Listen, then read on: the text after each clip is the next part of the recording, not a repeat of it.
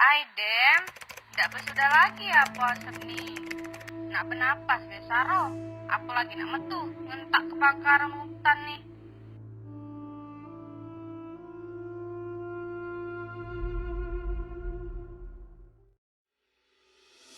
Kebakaran hutan merupakan salah satu bencana yang terjadi setiap tahun di Indonesia. Berdasarkan data Karhutla, luas hutan yang terbakar pada 2019 mencapai 328.722 hektar dengan 2.984 titik panas. Kabut asap merupakan hasil sampingan dari proses pembakaran yang tidak sempurna yang memiliki komposisi kimia, karbon dioksida, karbon monoksida, NOx, SOx, partikulat PM10, PM2,5, hidrokarbon, dan bahan kimia organik lainnya. Tebalnya kabut asap di jalan raya menghalangi jarak pandang kendaraan yang dapat menyebabkan terjadinya kecelakaan. Partikel debu PM10 dan PM2,5 berkontribusi terhadap gangguan penglihatan, pencernaan, pernafasan, dan gangguan kulit. Sejumlah tempat pariwisata juga sepi pengunjung karena terdampak paparan kabut asap.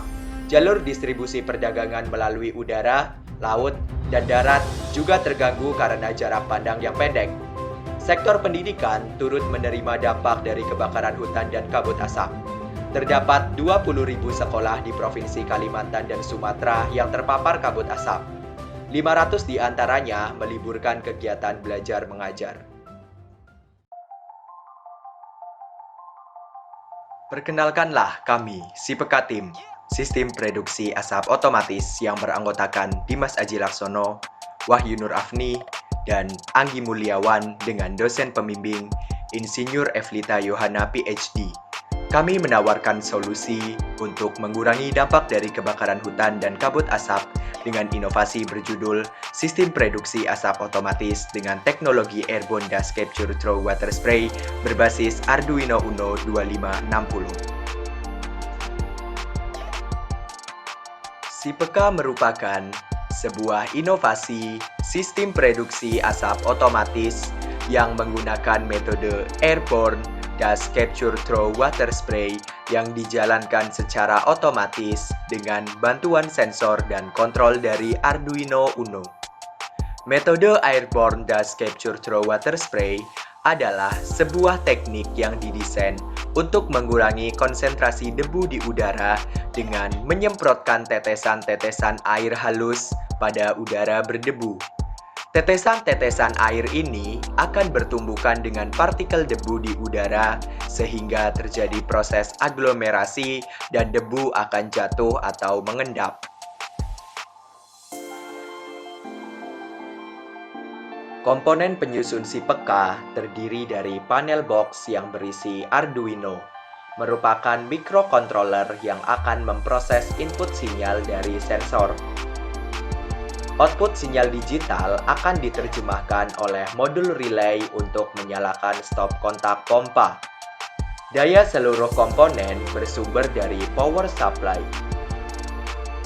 Pompa DC akan memompa air yang selanjutnya akan dialirkan melalui sistem perpipaan.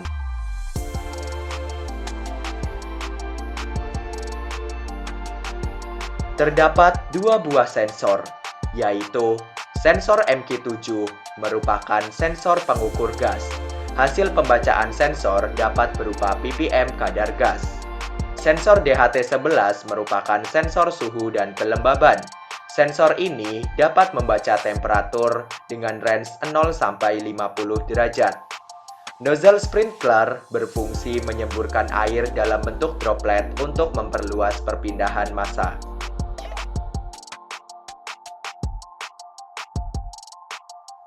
Bagaimana mekanisme kerja dari Sipeka?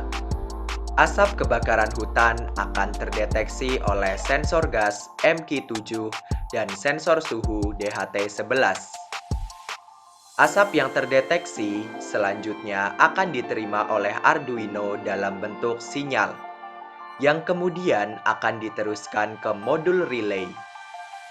Seluruh komponen yang terdapat pada panel box mendapat aliran listrik dari solar panel. Sinyal yang diterima oleh modul akan diterjemahkan menjadi bentuk gerakan memompa air.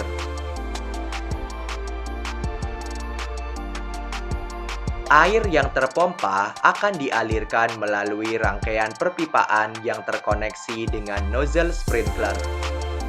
Perbedaan tekanan yang terjadi menyebabkan nozzle akan menyemburkan butir-butir air atau droplet ke asap. Total biaya instalasi alat ini adalah Rp1.300.000. Detail komponen disajikan pada gambar. Adapun keuntungan yang akan didapatkan dengan pengimplementasian alat ini yaitu sistem IoT yang terintegrasi membuat alat dapat dijalankan secara otomatis, mudah dalam hal instalasi, membantu mengurangi pasien terjangkit ISPA, dan lebih hemat air.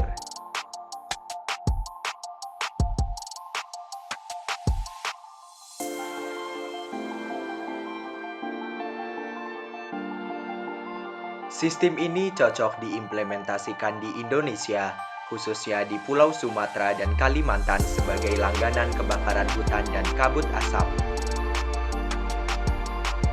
Kedepannya, sistem ini dapat dikomersialisasikan dan diimplementasikan di jalan raya, tempat wisata, dan rumah warga. Selain berfungsi mereduksi asap, penggunaan sistem ini akan menjadikan udara menjadi lebih segar dan diharapkan dapat mengurangi dampak dari kebakaran hutan yang merugikan negara hingga 72,95 triliun.